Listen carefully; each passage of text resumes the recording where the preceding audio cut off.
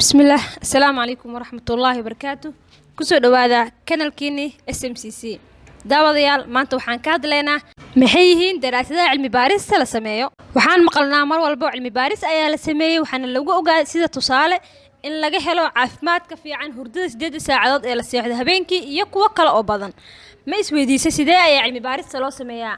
yaa sameeyo yaana ka qayb qaato ugu horeyn tijaabooyinka caafimaadka waa baaritaan cilmi baaris oo ardayda ama khabiirada caafimaadka si mutadawacnimo u baaraan ama u sameeyaan ayadoo la raadinayo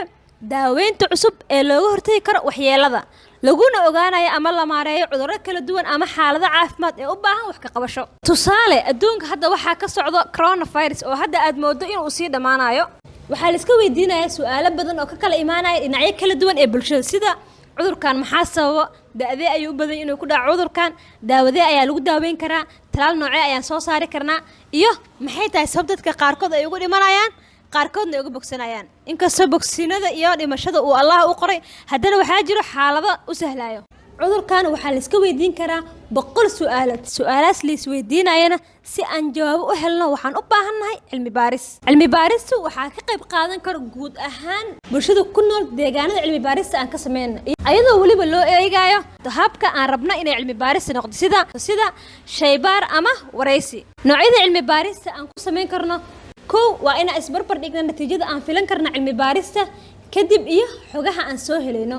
labo in aan cilmi baaris ku sameyno kaliya qaab looga hortagi karo saddex cilmi baarista in aan ka sameyno qaabka ugu fudud ee lagu ogaan karo cudurka iyo noocyo kala duwan oo badan guud ahaan cilmi baarista marka la sameynayo waxaa base looga dhigaa ama sal looga dhigaa saddexdan qodob sidee ay ardayda uga qayb qaadan karaan cilmi baaristan maadaama dhowr su'aalood laga sameeyay cilmi baarista ardayda iyo khubarada caafimaadka waxay isku qaybin karaan koox iyadoo ay koox waliba su'aal gooni ah baaritaan ku sameeyaan waxaana muhiim ah in la helo xarun cilmi baaris sida jaamacad ama isbitaal mas'uul ka noqdo cilmi baaris si natiijada loogu kalsoonaan karo markii cilmi baarista aan dhameeyno waxaan soo saari doonaa dokumenti cilmi baarista marka la dhameeyo maxaa la soo saarayaa dokumenti ayaa la soo saaraa dokumentigaasna waxay cadeynaysaa cilmi baarista si loo sameeyay iyo qaabka ay ku soo baxday iyo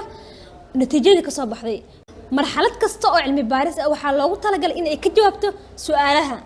qaarkood iyadoo la qaadayo tilaabooyin muhiim ah si loo ilaaliyo dadka ka qayb galaya tijaabada caafimaadka waxaa loo isticmaalaa si loo go'aamiyo daawooyinka cusub ama baaritaano cusub inay khatar ka imaanayaan isticmaalkooda